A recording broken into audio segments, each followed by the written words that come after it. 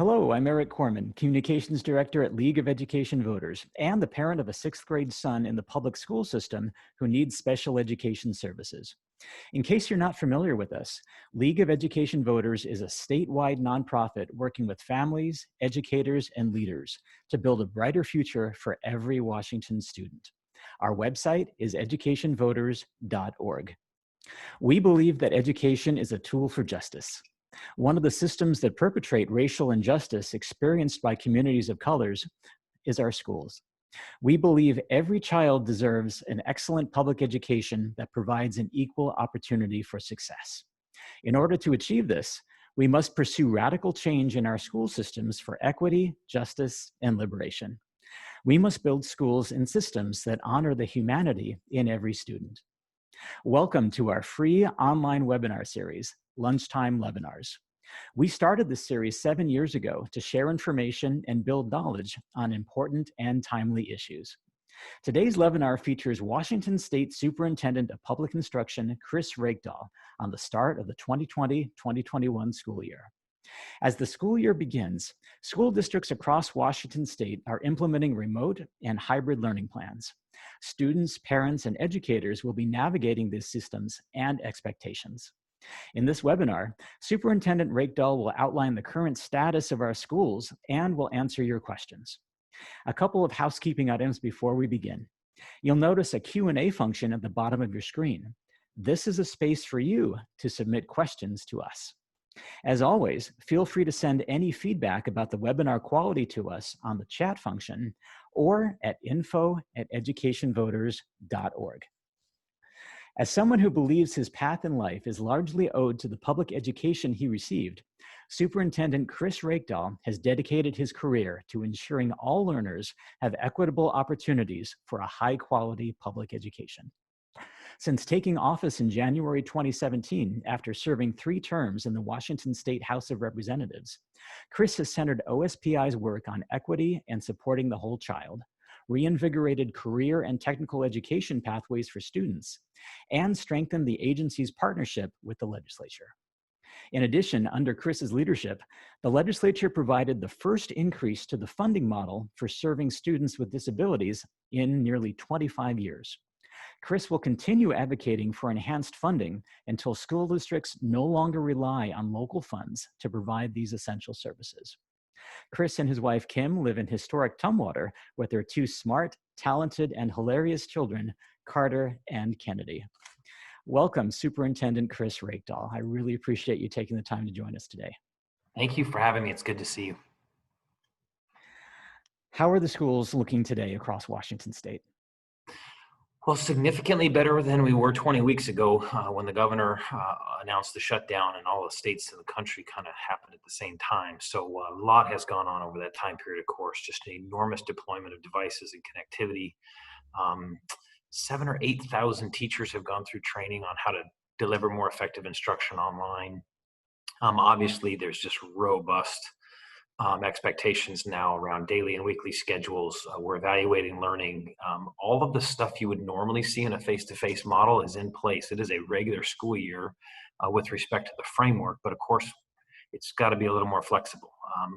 It's going to look different, and obviously most districts are trying to find those strategies to deliver all that great content and learning, but not having kids sit in front of screens for 6 hours a day. So it's a heck of a challenge. There's still gaps. There's still work we have to do, and I really appreciate the LEV statement that you read on the front end, recognizing that we are still a system at times, well, always, but getting better at contributing to disparity, and we've got to keep closing that.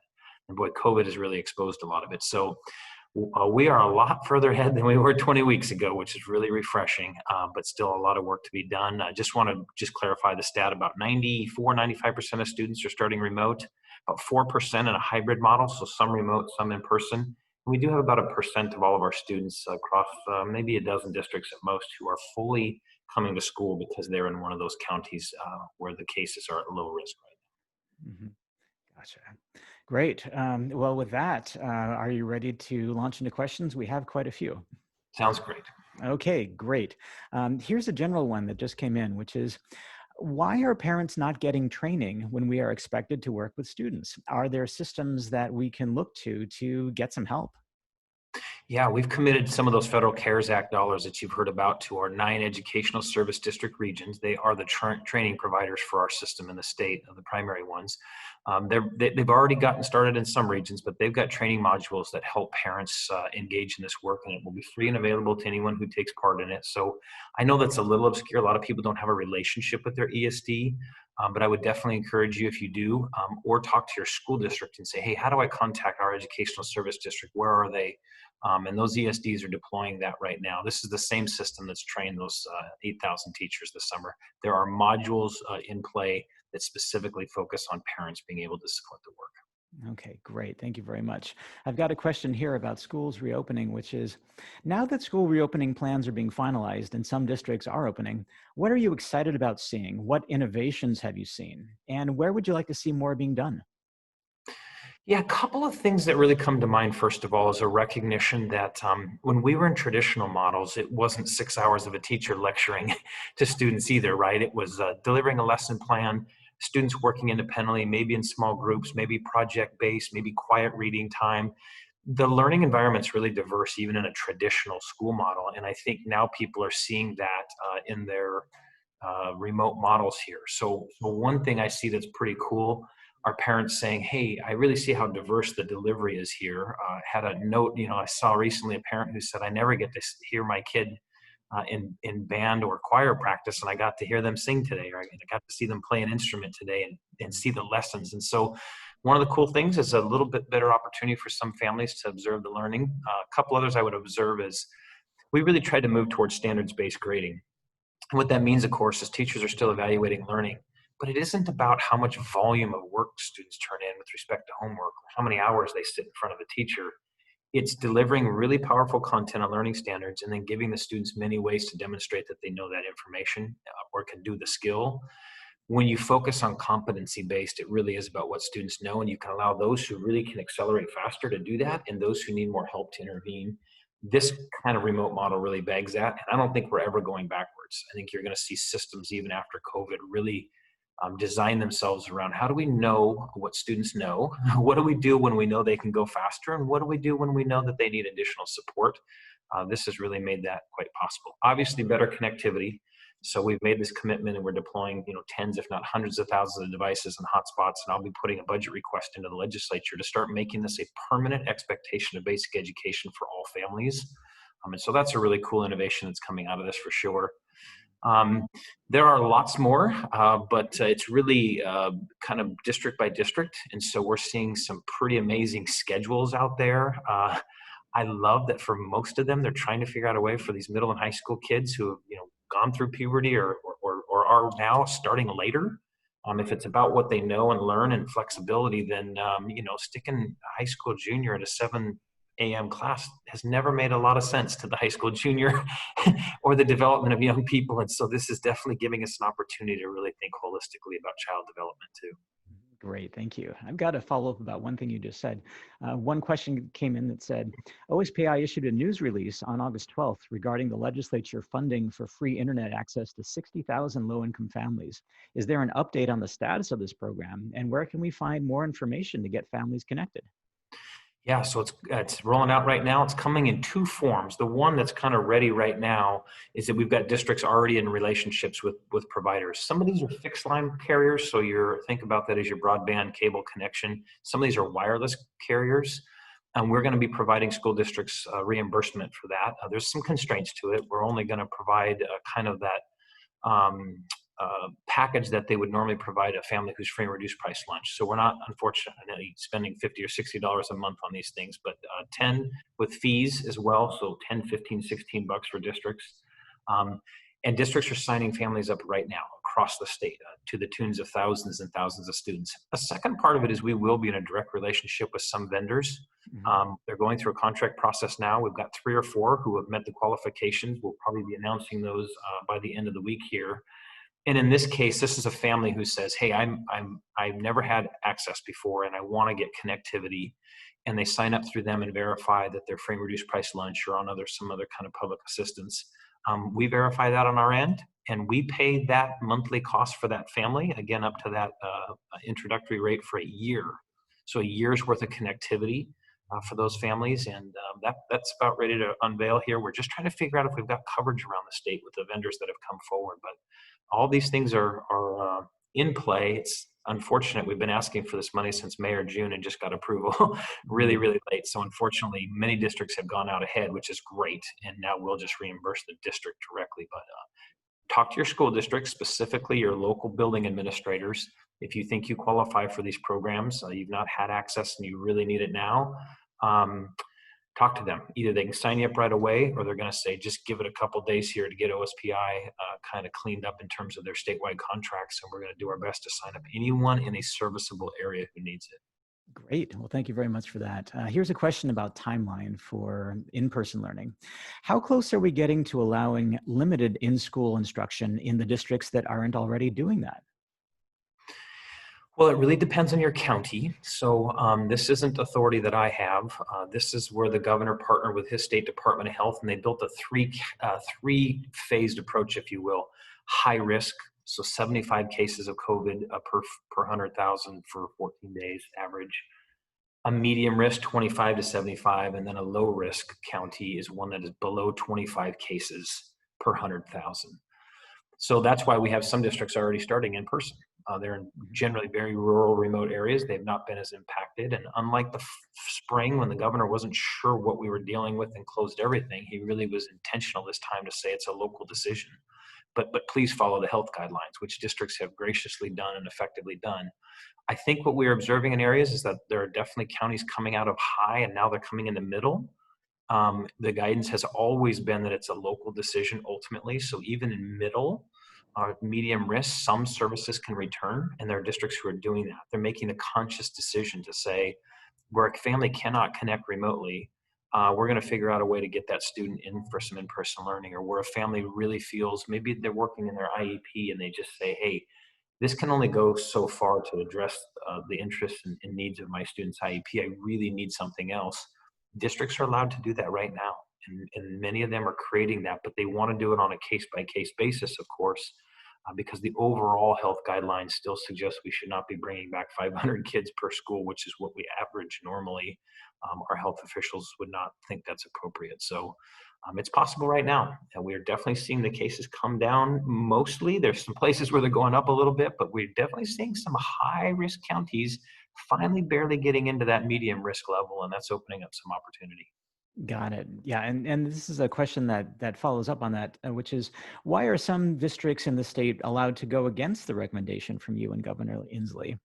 Because it goes on to say, I know of a few school districts that are planning to open up for regular classes, and businesses would be fine if they went against the recommendation to not open. So if schools are publicly funded, shouldn't they be required to follow state guidelines?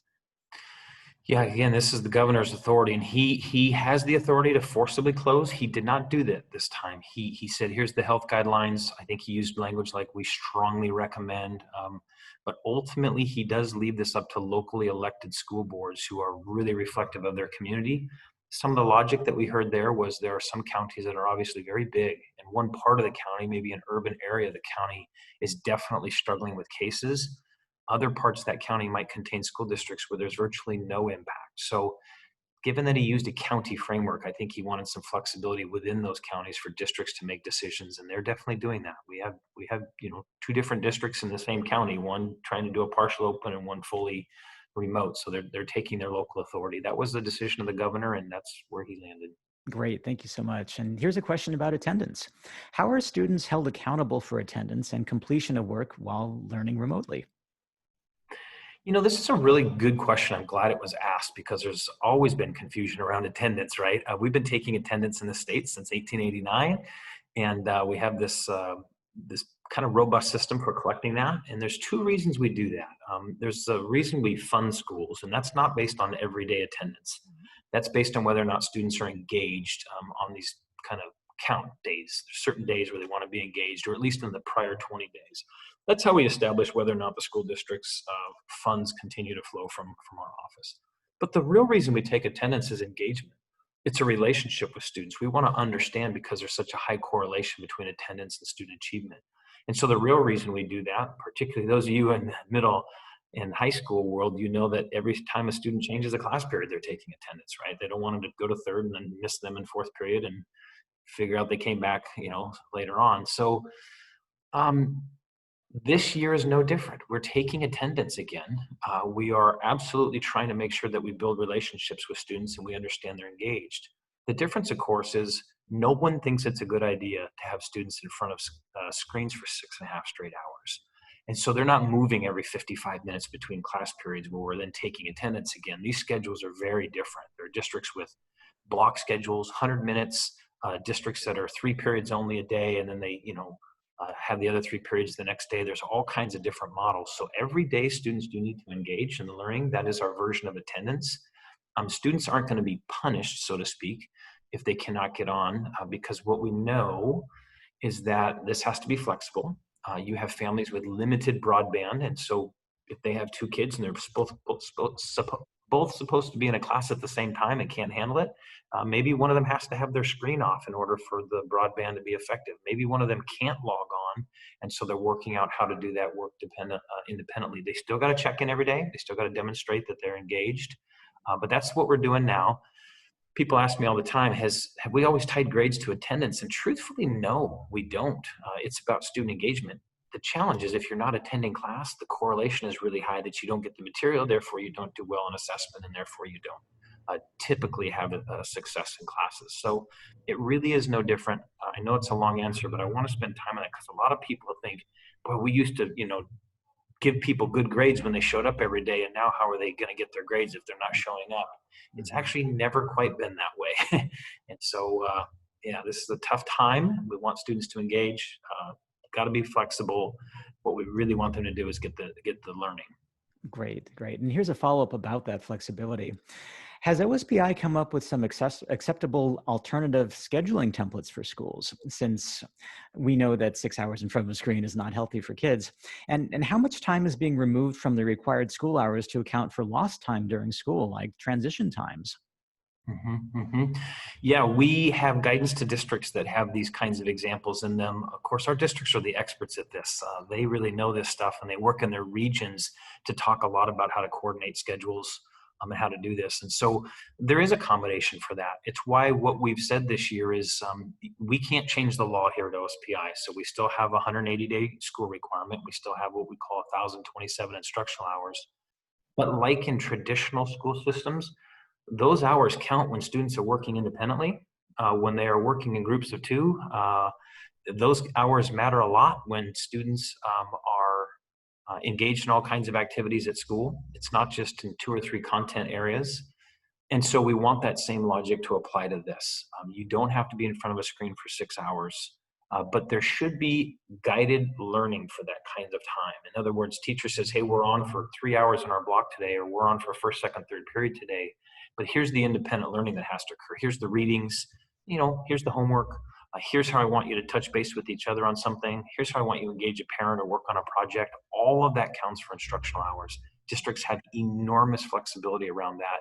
And we're going to try to figure out if we can create a little more flexibility here to make clear to everybody that there are students who say, I can't be there on a Wednesday for a reason. Maybe my family can't do it, but I can get the work done on a Saturday. And we want to make sure that that counts as well, because again, in this environment, we have to be remarkably flexible. So we're kind of figuring out ways to come back to districts and remind them we meant flexibility. We're really serious about that. Great, thank you. And here's a question about enrollment and budgeting. I've heard stories about enrollment being down across the board.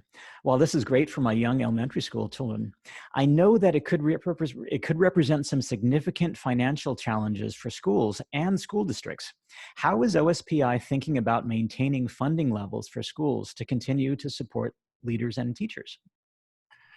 Yeah, another awesome question. This is like the day where we get to clarify OSPI's role. Unfortunately, I don't get to write the budget from here, and I don't get to promise all of the money. That is really a function of our legislature by the Constitution, and I'm really serious about that. I know it frustrates people to say, you should just have emergency power that makes it so. Well, we don't. There are formulas that drive enrollment counting, and then that's reflected in the amount of money that we can draw here at OSPI to send to the school districts. So there is some risk. Now, I will tell you very unequivocally, the legislature already appropriated money this year. They did that when they were here in the session and affirmed it. And so we know we have all of our appropriation, but in the case of education, it is also the fact that eventually that has to turn into enrollments. We do have to count student engagement. So when families disengage or unenroll from our districts formally, that reduces our enrollment counts, and ultimately that results in less money. I will be advocating for what's called a hold harmless. Just because students, we lose 2% or 4% or whatever the number ends up being, it doesn't mean that we've really been able to shed costs. You still really need to have teachers in front of 22 students, whether it's 22 or 24, 26, you still need a teacher. We're delivering all of those meals, and thank goodness we've gotten access to a lot more opportunity for meals. And so I think the legislature will recognize that we need to hold harmless. We need to protect the dollars because we really are delivering what we can, and marginally losing students isn't the difference. But that's ultimately up to them when they come back into town. We'll be working really hard on that. But right now I have to follow the law, and the law says we send money based on enrollment counting. And if we lose students, unfortunately, that catches up with us. So I will tell everybody, no matter what your model is at home, and I know it's tough, it's really tough. I've got 2 teenagers right now engaging very differently in school. But no matter your model, the more connected you are with school, the better. And it's not just a finance question, it's because there's guided learning there from a certificated teacher, a professional who can keep that student on pace and consistent with the learning standards expected by that grade and by that subject. So I really encourage folks to stay connected to their school, even if they need a lot of flexibility around that. Great. Thank you so much. I've got a couple of questions now on special education.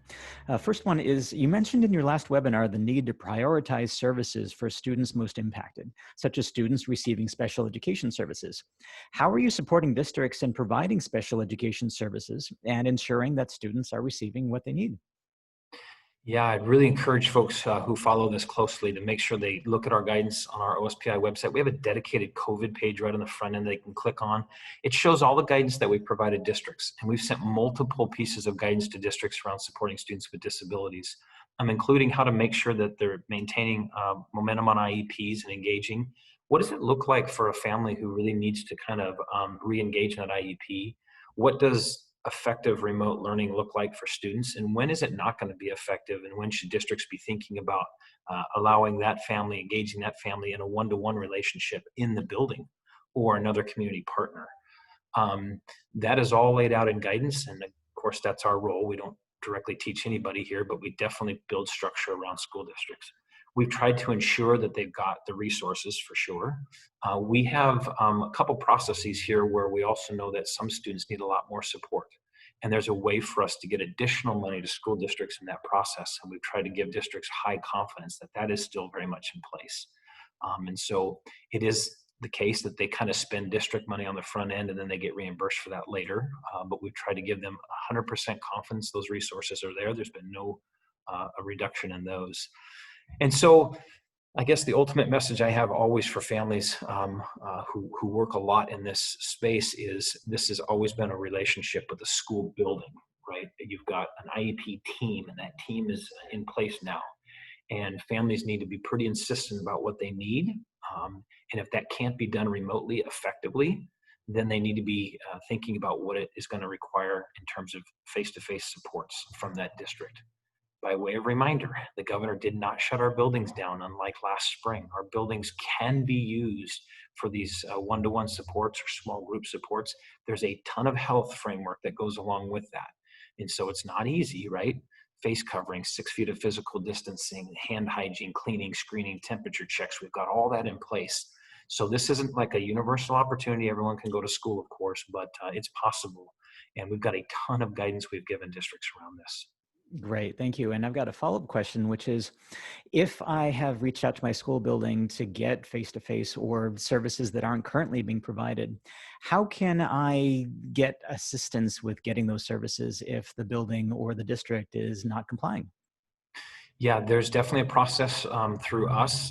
Also, we've got education ombuds in our state, and a lot of time what they do is they try to broker those supports, right, by reaching out as well. That sits in the governor's office, but we have a process here at OSPI as well where we can intervene.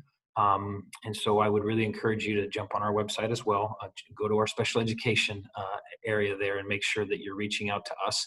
We receive those concerns and those complaints and those asks for support. What we try to do is contact the school district, of course, to help families. And obviously, if there is a situation where we believe that a further investigation is needed, we follow through with that. We do have investigative authority. We do hold districts accountable with findings. A lot of times that's trying to create the best environment for kids and support, and sometimes it's more punitive than that. So we're prepared to do that. And candidly, we're going to change some things this year around what we call our comprehensive program reviews. We do a lot of evaluation of performance in school districts. Some of that can kind of be pushed away, but what we're going to double down on are those reviews around supports for students with disabilities. We're going to be really intensive about that. Great, thank you. And then one final question about special education, which is about funding. School districts are receiving full funding for special education services, but what do they have to demonstrate to OSPI in terms of how those dollars are being used? Yeah, that hasn't changed too much. There's a factor that goes on a basic enrollment. So what we always remind people is our students with disabilities are basic education students first. They're not separate. They are basic ed students. And what happens is based on obviously services, they have a factor provided by the legislature that allows districts to attain additional resources. And so that doesn't really change. It's very much a factor of obviously making sure the student has a qualifying disability, that they go through the evaluation process, that they put an IEP in place, and then of course the service minutes or the service provisions are a part of that. So that doesn't really change. The key here for families, of course, is be really intentional about what you need for your student, be closely in relationship with your local school district, and as you build out that IEP, the money's there. And I can't say this enough, there's no reduction in those funds.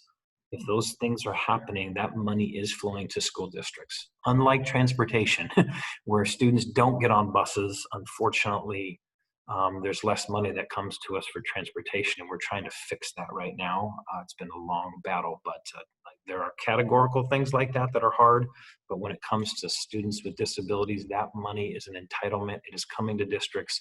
Keep working on those IEPs.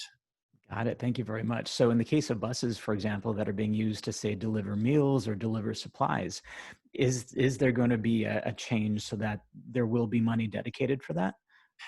Yeah, we've been working for weeks on this because the law as written by the legislature is so narrow. It only defines reimbursable costs and transportation of moving students. And what we know in this crisis is we also have to move food, and we have to move hotspots in the neighborhoods. And in some cases, we're going to move students from their home to a learning center because our building may not be safe, or large congregate settings may not be safe. But some families need smaller connections and places for their children. And so we're going to allow districts to do that. And that's been a careful conversation with the legislature, who ultimately controls how tight that law is, and the governor, who had to exercise some of his emergency authorities. We looked and scrubbed and worked with the Attorney General's office and tried to figure out if we have emergency power here to just make it so. We don't. So we've worked on those other partners, and we did get an expansion of allowable uses of transportation dollars, which is really helpful. Unfortunately, nobody in the legal world told us we could promise it through the whole year. So we definitely have the commitment through January, and then we need the legislature to get back here and give us the assist after that. But yeah, more opportunity in transportation. We hope districts are hiring more bus drivers. We hope that they're hiring more food and nutrition folks. Keep them engaged, help families. I'll add that last week, maybe the end of last week or early this week, we got a tremendous assist by finally a national, bipartisan effort to get the U.S. Department of Agriculture to agree again to allow us to feed all families in need, no income verification. That is such a huge opportunity because those meals are pretty regulated. They're pretty nutritious, and now we can deliver and deploy those at a much bigger scale. Helps with child hunger. It helps support families that are vulnerable, and it really, really helps keep our transportation staff engaged in supporting families. So kind of a win all the way around on that. Great, thank you very much. And here's a question about health again. Will there be additional guidance from OSPI regarding the use of neck gaiters as face masks in school buildings? There has been recent information from the Department of Health that the thin fabric of gaiters can make exhalation particles smaller and therefore hang in the air longer. Yeah, but excellent and sophisticated question, because we have heard about this. A lot of athletes want to use these. And of course, being outdoors has its own set of opportunities that's very different than enclosed spaces indoors. We've heard the same thing, but Department of Health really drives this guidance. So what we've asked them to do is if there is a change in that, please let us know. Right now, the guidance is clear. They strongly prefer a traditional cloth face covering that goes below the chin, that wraps near the ears, that goes over the nose. They make some narrow exceptions, of course, for face shields because a lot of learning is about seeing mouth movements and the clarity of sounds. So we have a pretty good framework right now. We don't see a change yet around those gaiters. They sit around your neck and you can sort of pull them up quickly. Great for athletes. But yeah, there's definitely concern that they don't have the same filtration and may be a particulate risk. And so we're working with Department of Health. If there's a change in that, again, that will come from health. They're the health regulators, not us, but we will communicate it through our channels. Great, thank you. And here's a question from a student who's 12 years old. She says, what should I do when I feel overwhelmed doing computer schooling? I really like it. I really prefer it. I just have issues. I just want to do my best. Such a great question. And I've been meeting with a lot of students around the state virtually, of course, really getting an understanding of what their experience is and what they expect. And so the key here is a relationship with your teacher and being really candid about what you need. What we find in any environment is there are students who thrive, like, hey, this is way better than being in school traditionally. And we have a lot of students who say, no, this is really different for me. And I get a different kind of fatigue being on a screen. I feel like I'm always on. And so I would just always encourage folks to work with their individual teachers. I got to be careful when I'm the superintendent because people read my personal opinions sometimes as policy. So I'm telling you my personal opinion now, and this is not policy. Local districts decide that. I am a fan of competency-based learning where students demonstrate what they know. And for me, that means when a student is fatigued and tired, they should be able to turn their screen off. They should be able to eat a bowl of cereal as long as they're muted and they're not being disruptive, where they're still engaged in the learning and they're still connecting, but this is different and we have to accommodate it differently. And I can just say personally that I'm on Zooms all day long as part of this work, 6, 8, 10 hours a day sometimes. And there are times where I just get permission from folks to say, I'm listening, I'm totally engaged, I'm gonna turn my screen off. Because right now I can't be attentive all the time. It's just a different thing, right? And so I really, really appreciate that question. Our students are amazing. They're honest and candid. I would really just have folks work with their individual teachers. They will pretty much make that decision. Most are being just remarkably flexible and understanding. And where that's a problem, they need to engage their principals and their buildings as well. Great, thank you for that. I've got a couple questions now about racial equity. And the first one is, how are schools and OSPI recognizing and planning to address exacerbated issues of racial equity with the disproportionate impacts of COVID-19 on families of color and the emergence of microschools tutoring pods among more affluent white families and communities? Yeah, we'll take that in kind of smaller chunks here. The reason we know this is just a absolute affirmation of racial inequality that we've seen in the past is it's our traditional model that requires more. And anytime the school can't be the provider of that through these sort of democratic means that we've created, we run the risk of being a less equitable system. And you saw that in the spring. Students who immediately had access to technology and connectivity turned it on and they were good to go and kind of went 100 miles an hour. And families who didn't had a very different experience. So our approach to this is to see everything through racial equity, income differences, students with disabilities and what they need for supports, language access barriers. We're trying to make decisions right now, or at least recommendations for districts that look through that. So take, for example, this whole idea of deploying 60,000 more connections. We want that for all students. It is disproportionately impactful for students and families and generations who have faced racial inequality because there's such an income difference. It's because every aspect of our society has created barriers to equity around race. And so we think it's the responsibility of us using federal dollars to connect families, all of them who need the help, and disproportionately that is key. We know disproportionately that families who struggle with food security is the same function of racial inequality. And in many cases, poverty, which aren't always correlated, but strongly. And so we've just put ungodly energy into trying to get the U.S. Department of Agriculture to take off all their bureaucratic rules and regulations and say, let us feed anyone who needs it right now. It could be that they weren't eligible last year, but since then they've lost their job, they've been impacted. And so let us decide how to support our communities. And so connectivity, we continue to work on our professional development because we've rewritten all of our student discipline rules. You just heard me talk about how the flexibility should be there for students to turn their cameras on and off and have a different approach. We don't want discipline issues coming out of remote learning. We want attendance to be flexible because families, particularly low-income families, are going to struggle to have enough devices or enough connectivity. Everything we're doing right now is to think about ways to really empower families and students to demonstrate what they know against these learning standards, but not have to go through traditional systems that weren't actually measuring student knowledge. They were measuring student resources. And that's the big challenge that we've got now, but I think the districts are working really hard at this. And so I really love the question. It's multifaceted, and there's not a single decision we make here that doesn't implicate that question. And we don't always get it right, but boy, we are being really intentional about the steps that we're taking, including requiring every district to have academic and social emotional screeners on the way in. We know that students are disproportionately impacted by the isolation of this, and so we want districts to be intentional.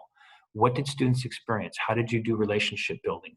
Have you identified students who need more support? We still got our counselor core in place. We want our counselors deployed to support students who have said, I'm really struggling with this thing. And so I love the question. Really, really, really powerful. Of course, there's no easy and quick answers, and there ought not be when it's taken an entire 230-year history of racism in this country to get to this place. We know that the unwind is really hard, but every single decision has to be in that filter, and our team's trying really hard to do that. Great, thank you very much. And here's a question that deals with accountability. How is OSPI holding districts accountable for racial injustice and inequality, as many Black students, for example, face not only COVID-19, but also race-related issues as their day-to-day reality? Are there protections in place for students and families of color that OSPI can assist with? Yeah, so that's multifaceted too. We have data systems now that we've really turned publicly. What we observed when we came in here is that there's been a lot of racial disparity, from discipline issues to academics to not allowing students to accelerate who are ready. There are systems, racist systems in place that discriminate against young people in terms of how they engage in their learning and how they need to engage in their learning. So we've taken a lot of that truth and we've made it very public so people can see it now. We've exposed a lot of that, and I think that's been a powerful contribution to the conversation. Obviously, what we've tried to crank up in the last several years is a lot of professional learning around this as well. We got a big grant from the legislature on inclusionary practices, and we've now trained, I think I heard something like 30,000 teachers on inclusionary practices over the last year. That is about students with disabilities in gen ed classrooms, but it is increasingly about teachers really thinking about their culturally responsive practices and understanding race differently. We do that through partners. So our administrators are in that training and delivering it. Our education unions are in that and delivering it. And then we have an Office of Civil Rights here. So we take direct complaints here and investigate civil rights violations. And that can be on race, but there's all kinds of civil rights components, of course, to federal and state law. So it can be on other aspects as well. But yeah, there's multiple layers in which we're addressing or trying to address. And really, it's about building the expectations among school districts to take personal responsibility for this. Some are just way ahead in this learning and have been doing it with impact for years, and others are just coming to the conversation in light of this beautiful national dialogue that we're having. So there are definitely systems in place, and if you believe that you are a family or your student is a victim of discrimination based on race or any other protected class, please follow that channel, talk to teacher, talk to principal, talk to district. And if you don't get answers or good process there, OSPI has a way to intervene. Great. Thank you very much for that. And here's a question about childcare. Has there been any guidance or instructional support for childcare providers who are supporting students in remote learning during the day?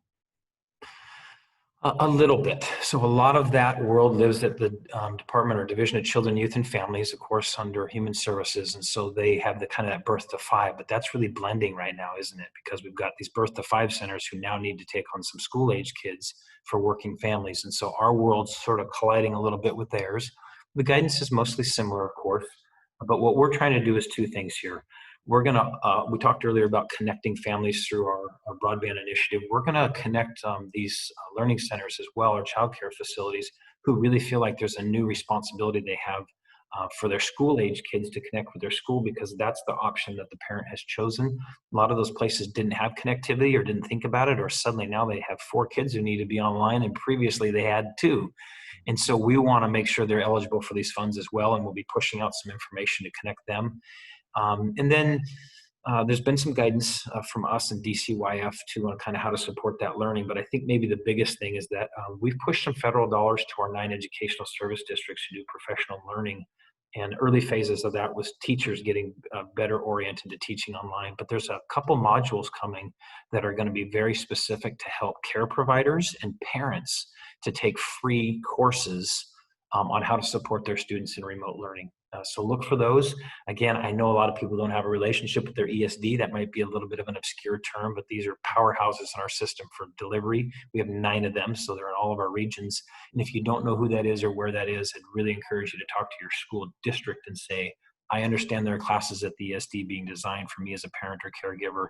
Can you give me the contact information of my ESD? Great, thank you very much. Now here's a question about cyberbullying. So the question is, with online bullying during school, mostly remote this school year, what should schools be doing to monitor that in remote classroom settings? Is OSPI giving any guidance on hiring or having people dedicated to monitoring Zoom chats, for example, for bad behavior and how to deal with it? Yeah, well, we certainly don't have the resources, and we don't have more money this year. So we won't have a staff or anything dedicated to that. Again, what we've tried to do is guide our educators, thousands of them, to better professional learning around this. Districts are definitely thinking about their discipline policies in light of being remote. And the fundamental core principles won't change about that. The bullying or any other behavior that's unacceptable. Interestingly, there's a risk of it being harder, right? Because students are on screen and you can see it. So at least they're not elbowing their buddy or poking their friend, which is good. On the other hand, they're sitting there with their phones that you can't see on the screen, texting each other real time while that's happening. That was a little easier to regulate sometimes in a face-to-face world and harder now. On the other hand, teachers have controls now of devices. When they maybe have a student who needs a little bit of time away and a time to reflect, they can turn off microphones and speakers on their end now, and they have different ways of delivering, I'll just call it support. Some people would call it discipline for students, but there are ways that are sometimes enhanced by remote learning. The challenge, of course, is some industries took 10 years to get their service delivery model to remote. We've had 20 weeks to do it. And so not everyone will be expert at those tools, but it really is up to each school district to be intentional about observing their student discipline rules and deploying them with some grace, but also being intentional about them. It's not any more okay for a student to be bullying in a chat room as it is in a face-to-face environment. It's just a different way that we might be able to deploy supports. Great, thank you very much. We've got time for about 3 or 4 more questions, and this one's about student supports. What types of supports are going to be available for homeless youth and families? Yeah, I think this is one districts have struggled with the most. We have given specific guidance about this, of course, and as you might imagine, it doesn't change in terms of its larger construct, which is we've got districts who are required to have homeless coordinators. So there are dedicated personnel at all of our school districts who have an assigned responsibility to help support and identify students who are experiencing homelessness and how to connect them with supports. I think the hard part is, by definition, these students are homeless.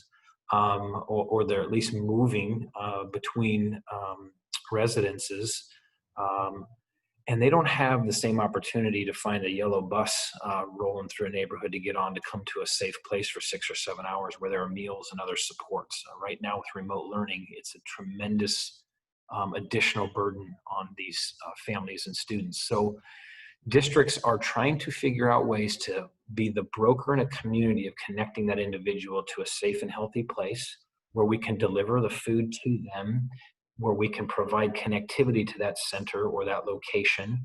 So the student does get a safe and warm place, they do get meals, and they do get connectivity for learning. I continue to say it's no substitute for our school buildings that have, nursing supports and mental health supports and lots of other things. But I know our districts have put a lot of particular attention on this through our guidance. Their coordinators are very busy right now trying to make those connections. The last thing I'll say is we do have a grant program we're ready to crank up here. It's about $8 million of federal money. It'll be a year's worth of supports. Hopefully we're through this in a year, have a better answer.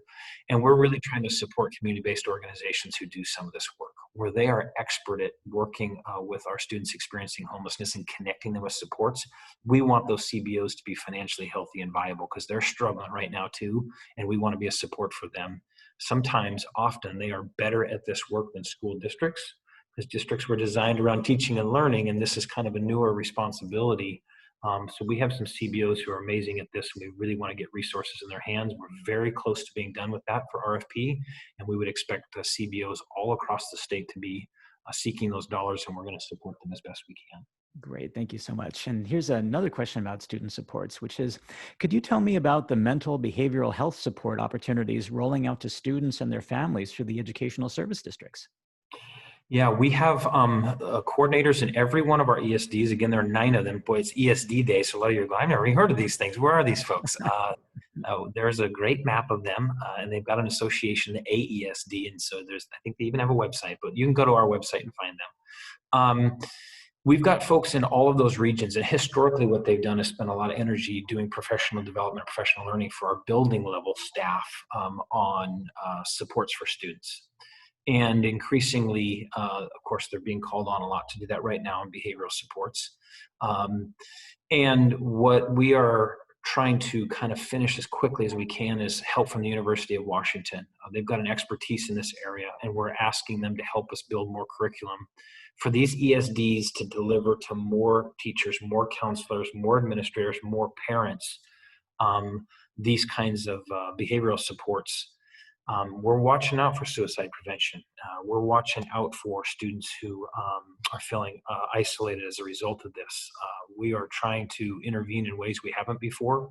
Our guidance to districts, of course, is there's lots of time to get to content. I know math teachers love math, and I love teaching history, but building relationships and really doing that screening on the front end, what do students need, how have they experienced all of this differently, that allows these behavior support experts in our regions to work with our educators to build plans around individual students. And so we're continuing to build that out. We're looking to get a little help from the UW. It sounds like we've got a contract that will be wrapped up here real soon with them. And so I think you can expect more of this. I'll throw out there, even though we're in COVID and I know we've got a budget crisis and everyone assumes sort of the worst, I'm not taking my foot off the gas when it comes to this kind of work exactly. We've spent 10 years, 15 years really building a basic ed model around all the right content areas, more math, more science, more English language arts. That's been great.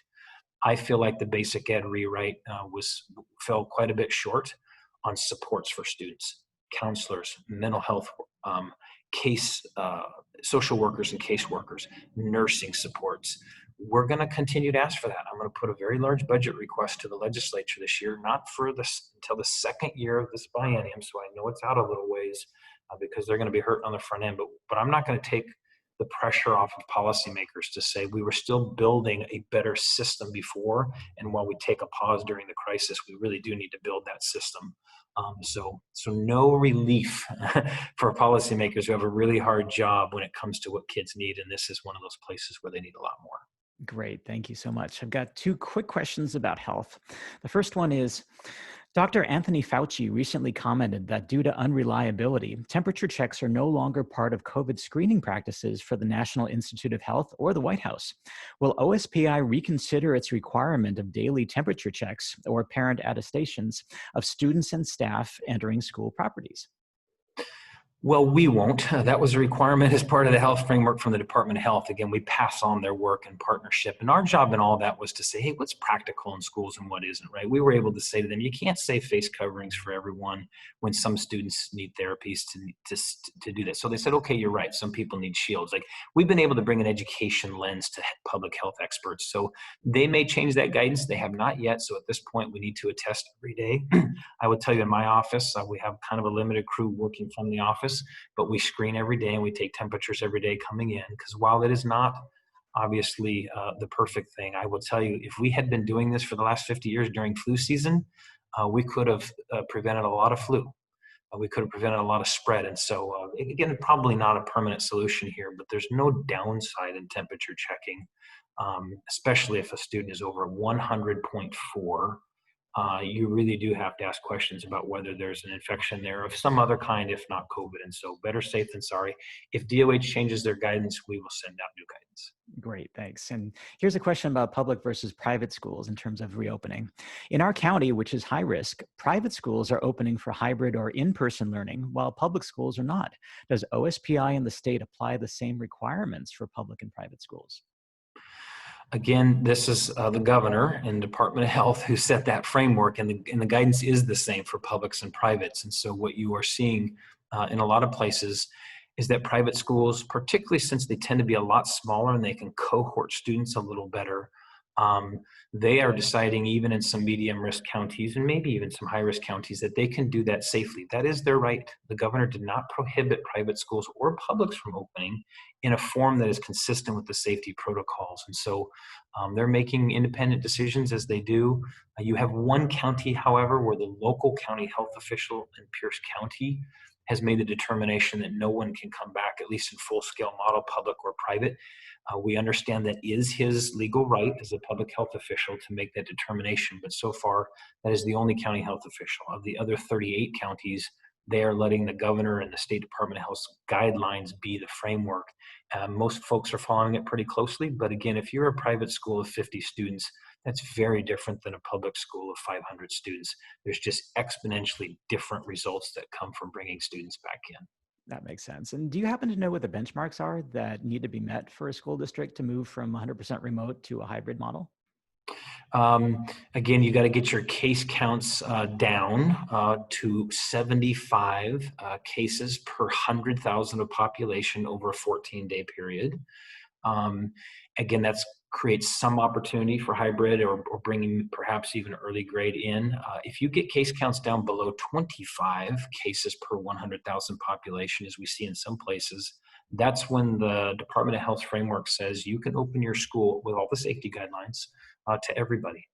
And so those are the two keys. Below 75 and below 25 create very different opportunities. Great, thanks. And I have one question about best practices and then a final question about R90. So first, I'll ask you about best practices. Will you be collecting best practices that you're seeing in schools and school districts to share with educators across the state? This could be best practices around online student engagement, parent engagement, support for students with disabilities, support for English language learners, et cetera. We will. So we've been collecting that. That's part of the guidance that went out there. But I love the question because it also indicates that as districts try these things and they implement these things, they're going to learn some strengths and weaknesses. A lot of that happens in those ESD regions. So the superintendents and the leaders of those districts really have the ability to share, and we're a part of a lot of those conversations. So as we learn good things and good practices, we always reserve the right to change our guidance and say, hey, here's something that's working really effectively. Or candidly, this was our guidance and it's not working very well, or no one's doing it, and so we change gears. So yeah, that is a really common thing we do. That's always been the tradition of OSPI, is we have experts in areas here that share that knowledge around the state, and we'll keep doing that. That's great. And finally, for something completely different, here at League of Education Voters, we support Referendum 90. Why do you think that R90 is important? Well, I'm here as capacity of state superintendent, and that is a ballot initiative, so I won't engage in that question. It is a question of politics, and so I have personal opinions, and I can share those on the campaign side of my life. But unfortunately, as superintendent, I cannot. I can give you basic information, which is that there are websites on both sides. I would encourage you to do your research. There are facts which I am allowed to share about the bill that was passed. The legislature passed Senate Bill 5395. That information is always set on the OSPI website, and you can definitely check out the facts about that. But unfortunately, I will not weigh in as superintendent on that question, but I appreciate it. No problem. That makes perfect sense. Well, thank you so much, Superintendent Reykdal, and thank you for all of you for participating and submitting questions. Of course, we always get more than we can possibly handle, and I really appreciate that. I'll be sharing the chat log with you, Superintendent Reykdal. I'll also share the Q&A log so you can see what people have been asking. If your question was not answered, can people contact you at superintendent@k12.wa.us? That is fantastic, and we do our best to get those questions to the experts in our agency for response. Right now, as you might imagine, we get a lot, so be a little patient with us, but that's the right email address, yeah. Excellent. Well, I'll go ahead and let you go so that you can get on to the many, many, many things that you have to do today. I really appreciate you taking the time and for all of your leadership during these crazy times. And I hope you find some time to at least find some serenity somewhere. Not yet. Maybe in a year. Thank you. All Thank you right. to the LEV family. Thank you very much. Great. Thank you so much, Superintendent Reykdal. Our next LEVinar is Wednesday, September 23rd. What works for African American students works for all students. In the wake of lives lost in the African American community, League of Education Voters has committed to listen, learn from, and amplify voices of the African American community because they are at the center of the movement for racial justice. On September 23rd at 12:30 p.m., we've assembled a statewide panel of African American thought leaders, community leaders, business owners, and educators to share their perspectives and answer your questions. You can register by visiting our website, educationvoters.org, and clicking on events, then lunchtime LEVinars. I'll also send registration information in the follow-up email, which you'll receive in about 24 hours. And on October 8th, please join us for a statewide virtual free convening around racial equity and education. First, we'll hear from Dr. Benjamin Danielson, director of the Odessa Brown Children's Clinic in Seattle, exploring the role of racial equity, diversity, access, and inclusion in our public education system. Then, join us as we break into groups to discuss the issue together. Thank you for each of you for joining us today. If you have additional questions or comments, please send them to me, Arik, A-R-I-K, at educationvoters.org. A recording of today's presentation with closed caption capability will be available on our website, educationvoters.org, and will be sent to you in the follow-up email. Please feel free to share the recording with your friends and colleagues. If you'd like to learn more about League of Education Voters or support our work, please visit our website, educationvoters.org. Thank you again for attending. Each one of us has the right to feel safe and valued. Together, we will fight for a world in which true educational and economic equity exists. We look forward to seeing you at future LEVinars.